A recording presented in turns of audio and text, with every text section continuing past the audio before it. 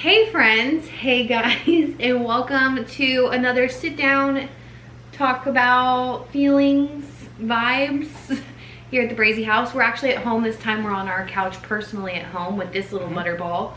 And the last one we sat down, we were on vacation and we talked about marriage after having 2 kids. And I think we have some things, we've been going through some stuff. We have. The last, 2 years. A lot of, well, honestly, it's been a lot of self-identity in these past, for me. Self-awareness, yeah, for sure. Since, when did I truly stop filming every day? Really? A long time. Pretty much around the time he was born. And there's a lot of explanation for that, and some of the stuff I haven't even told you. Yeah. So, yeah, we're going to kind of get into that, bounce our feelings off each other, and... we always feel better after we sit down and talk, because John is not, he may share things on No Skinny Jeans, like on posts and stuff, and then I read it in the morning, I'm like, what's going on? Like, because you're just not, you can type things and better than you can explain them. And that's true, and it's easy with a camera because there's nobody else there, so you don't see, I shouldn't say there's nobody else there, but you don't see the facial expressions of the person you're talking to, things like that, because I don't want to bother people.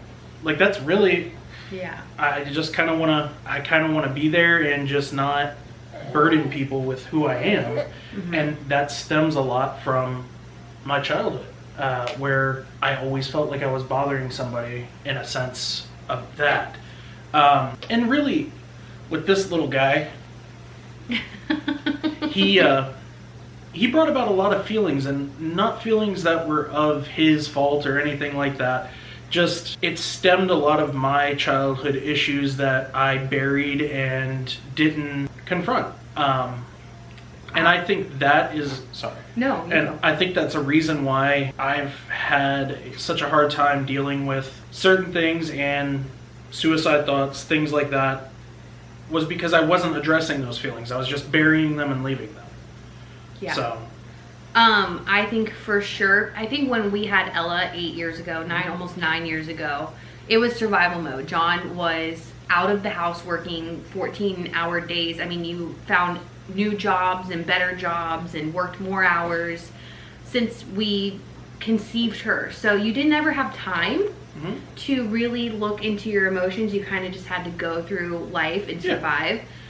With Everett coming and us knowing how we wanted to parent better or try and be better for him, there's been a huge shift in John of self-awareness. In, like, we've had moments where we've come to blows and then we realize, like, we talk it out, because there is a lot of childhood stuff there for you. By blows, you don't mean physical. No, like big fights, like big arguments. It would be an argument more than blows, but I don't mean like like literally, obviously. I'm just saying, like, no, and explosive arguments where we're both so angry. Yay! I saw that. Yay! He's like, feelings, ew. I know. I relate.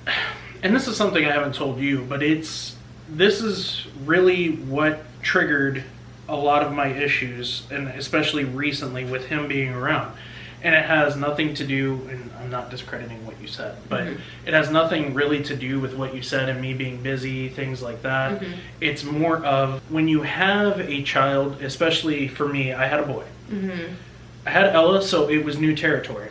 Never had to experience that or look at myself through Ella, because she was a different gender per se. Like, that's... It's okay to say gender. Yeah. We get it. And then you have a boy, and all of a sudden you start seeing yourself in them. And I started to rehash feelings of, because I didn't understand, like, why my father wasn't there, why he didn't want to be there. And then I started like, okay, well, I need to make that up with Everett. So I wanted to be there for every single moment and not take time for myself. And in the long run, that backfires on you. In my childhood, I mean, I was blessed to have people there, people who looked out for me, things like that, but you never truly understand why a parent doesn't want to be there.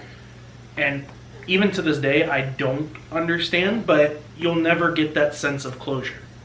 For me, because, unfortunately my father did pass. For me, my father was in and out of prison probably over 12, 13 times in my life. And I saw him, but it was literally for an hour at a time.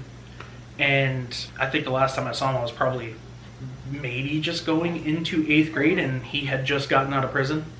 And I saw him for 5 minutes. Yeah. So he's going nuts. I'm easy. sorry. Here, I'll take it. I really went into a mode of I didn't want to leave him even for an hour because I wanted to be there. I didn't want to miss anything. I just, it became an obsessive thing to just be around. And that took its toll on me mentally because I kept trying to understand, and it's not something you'll understand. So then I decided, okay, well, I need to look in myself and see what's going on. Why am I the way that I am? But that really rehashed a lot of things from childhood that I buried and didn't want to see people's behaviors of how they treated me and manipulated and did all of those things. So in the past few weeks, we've kind of, it's come to a head and we've dealt with that. Yes, buddy. Let me get him a binky. Those things kind of came to blows. See, now you got me doing it. They kind of came to a head and just broke and burst. And we've been dealing with those. I don't want to throw people under the bus because I'm not really that kind of person. We've been setting boundaries. Right. More you. I'm just kind of here along for the ride. You have to protect yourself and make kids. sure that it's not passed on through other generations. So, that being said, that's really what we've been dealing with. And that's kind of why I drifted from filming, because it wouldn't be fair to everybody else. And it wouldn't be fair to everybody else to project those things through video or lie, because that's not who we are when we film. Yeah. We don't want to be that. So I didn't want to keep filming and doing something that's not organic and productive. So. And like with setting boundaries, I think many years ago, I've discussed it on my channel a couple times. I've never gone into detail, and I never will, just like you won't. Right. I set some major boundaries years ago with my biological father. He is not a bad man. I will say that. He's not a bad person. A lot of breaks here. Yeah. I mean, it's real life, so. Setting boundaries is never easy. And when I set boundaries with another side of my family many years ago, it's been 5 years, I think, since we've had contact with them. It was really, really hard because you're not supposed to do that. You're not supposed to cut people out of your life that society deems like, well, you can't do that because they're your fill in the blank, sister, mother, brother, mother, daughter, right. Whoever. But if this is not good for you and it keeps bringing you, like, we've had so many discussions after like an argument or a misunderstanding where you're like, I reacted this way. You're so self-aware, and I'm so proud of you for that, because it's not easy. And we're both trying to be better about that, because the only way we're going to raise good kids is if we know why we react a certain way to something. So you'll be like, this is why I okay. He's fine.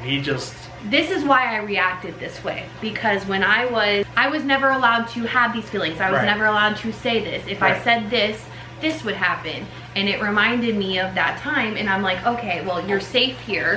You can feel how you want to feel. Come here, buddy. We got a tired buddy here, so. So it's just, John is learning to set boundaries. Yeah. And when something, I think people think it takes a huge moment to have that boundaries finally be set, like a huge, like, bad thing to happen for you to finally say enough is enough. And that's not what happens. It's not even a little thing, but it's something that is pretty typical behavior where you're like, I've had enough. And it comes at a point, I mean, in all honesty, it makes it easier because I have you guys, and, thank you for sticking with me through those issues, because I'm sure it hasn't been easy on your end, because you would say something and it would trigger something for me, and I would just take it out on you verbally.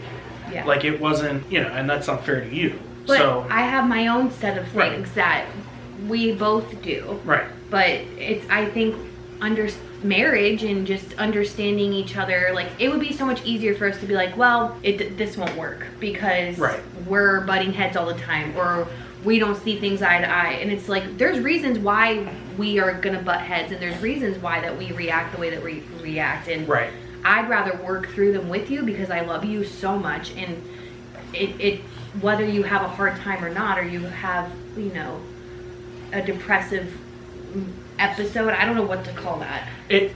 I mean, and because that's kind of what it is. Yeah, and it's something I deal with every single day. I mean, it's not like it just goes away. And you know, everybody will say, "Oh, talk to a professional." I have so many, and it's not, you know, not taking away from them either. I haven't found that thing that helps until I took a look within myself. And when you take a look within yourself, it's not to say, oh, that's my fault, that's why I'm this way. It's more of, or that's that person's fault, that's why I'm this way. It's kind of a figure out why I'm that way and what I can work on to change that, if it needs changing. I mean, that's, you know, it, for me, and you got to see it, it took one, I'll say it's minor because that... considerably minor. Right, but you got to see what I dealt with. Yeah. So... And I love him so much that... And you've always kind of, not hidden it, but kind of downplayed. Or when something like that happened, you wouldn't give me the details because you know that I would get so defensive and want to protect you, because that is who I am. In my core, I protect what's mine, and this family is mine. And like, I'm the same exact way. I know. And I mean, when all that happened years ago, you were the same exact way. Yeah, and the only reason I didn't say anything was because you asked me not to. And the same thing, it boils down to, oh goodness, buddy. It's so wild today. It boils down to you got something to say? You had enough. Yeah, you get to a point as an adult, and it took me a while, but you get to a point as an adult that you are tired of taking the mental blows that somebody keeps giving you. And you have to understand the manipulation that's there emotionally. Because I'm quiet, non-confrontational until you get me to a certain point, and then I am confrontational, like when I'm put into a corner. And that's what kind of happened here. I finally got painted into that corner where I was like, no, like this enough. And I feel that has a lot from looking into myself and having him and seeing myself within him. It's been a weird month. It's been about a month. I looked at the dates. Yeah, since that happened. And I think it came at a time where I was just getting over the issues, my daddy issues, essentially. Like, there's no other way to put it. But, you know, you don't have to make up for him, is what I need to understand within myself. I just need to be the best version of myself. And that's what I work towards. Of course, you're going to have issues here, there, everywhere, but that's what I work towards. We had a really good talk the other night where you were like, I told you got to take the time because it's important. We need a happy daddy. We don't need dad to be there for every 5 seconds of the day. Like, it's amazing, and you're so helpful, and you provide in a different way than you've ever been able to provide, and it's so beneficial and needed. But you got to take care of yourself. You have to, in every way possible, mentally, physically, because you feel better when you feel better and take care of yourself. That was very deep. Thank you. You know what I'm saying. No, and it's more of when I was going through that, I guess I'll say health journey, whatever you want to call it, which I'm getting back to. It was more of, I was able to take that inner anger and use it towards something. And that's where it came from. Like, I was probably running, walking, jogging at least 3 miles a day at 300 pounds. Like, you were full force, and not everything, even though you got healthy, not everything about that journey was healthy, because you were hyper focused, and I had to hyper focus on it, because if I focused on the other things, then it would just drag me down, which, I mean, focusing within yourself does drag you down. It's a simple fact of, because you have to relive your childhood while you're doing that. It's so hard. And you start to see all of the issues. And as a 34 now? I don't know. Wow, thanks. 87. Yeah, I feel it. As a 34-year-old, yes, it's late to be finding yourself, but then I look around and I see people have had issues in their past and they take it out on everyone else. Mm-hmm. And I didn't want to be that person. Yeah. And I by doing that, I beat myself up constantly. You're only hurting yourself. Yeah. By not letting things go. Right. Or not wanting to stir the pot. Right. Or just not wanting confrontation. Just trying to keep the peace. Right. And it doesn't always work because, yeah, you kept the peace for this time, but then that person, and here comes the sick one. The little sick bugger.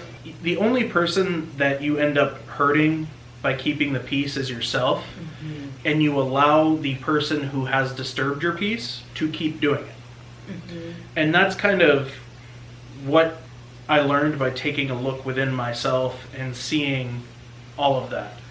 Because we would argue and I would blame your issues instead of focusing on mine. And that's where it's not a healthy path to go down for anyone. And it doesn't lead us to where we want to be as a couple, you know? Or more than anything, like, we're always going to be fine. Yeah. Because the love is there. And if the love is there, you can work out anything. Right. The love and the trust and, the core things. Right. But everybody has issues. Yeah. Some people just don't, care or need to work through them or have it affect their life. Right.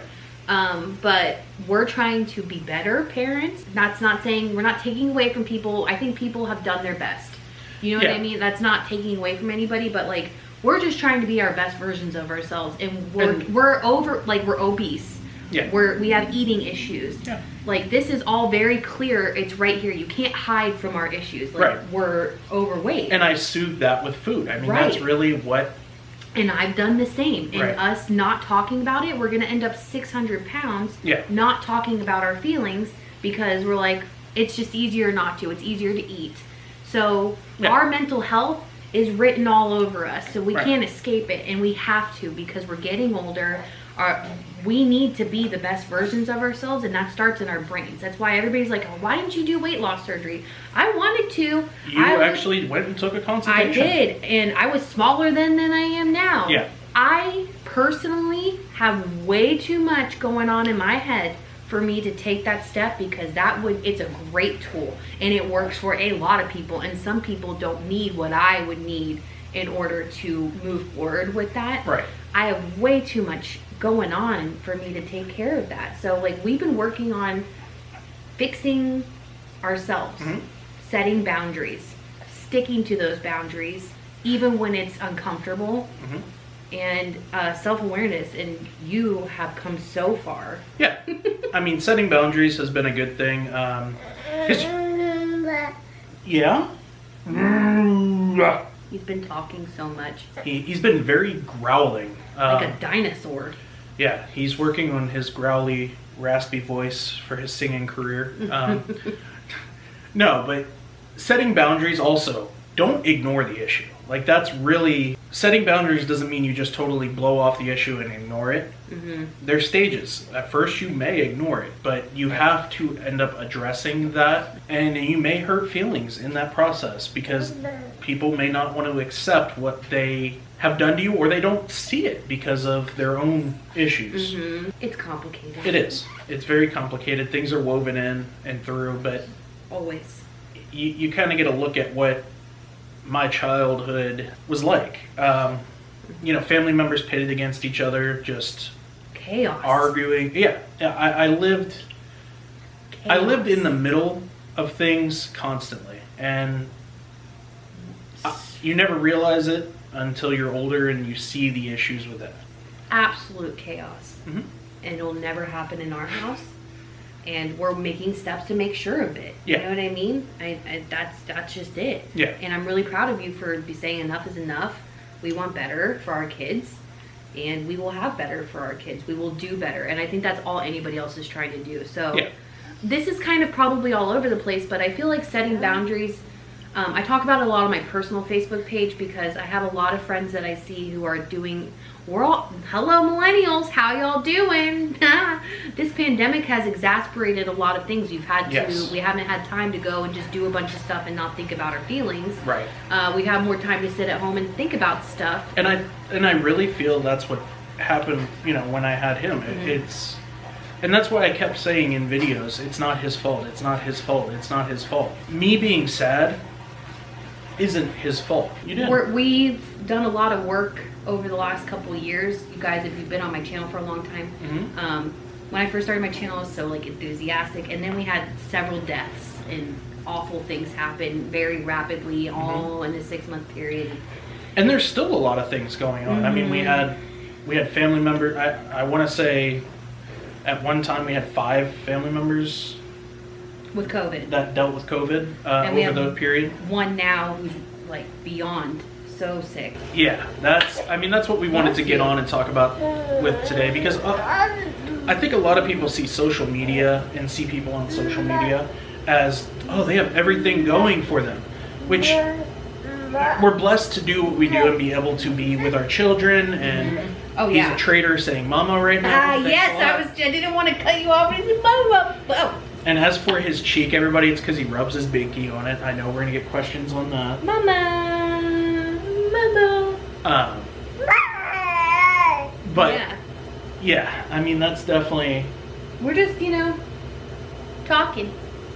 Yeah, we're just talking, and I don't know how much of this will go in. It's all up to our editor. Me. Being Mama. But yeah, this is very therapeutic at this point. Do you see why I started this channel? You guys, I sat in front of that window and I just spilled my guts for years. And there is nothing. If I can encourage you to do anything, if you don't want to go to a therapist, turn on a camera. Talk it, just speak. Just say what you're feeling, even if it feels not right. Just say it, and you'll feel so much better just to let it out. Yeah.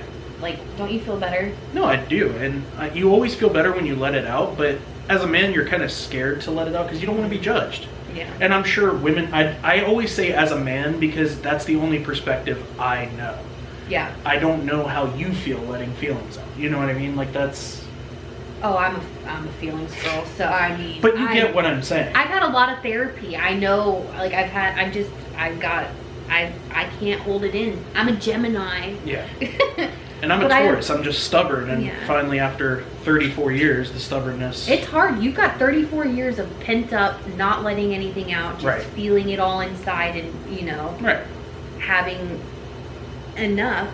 And you've seen our son, and you want better for our son. Not saying you don't want just as good for our daughter, but you know, Ella's got me as her guide through life to help her with the woman side of things. Yeah, and it's...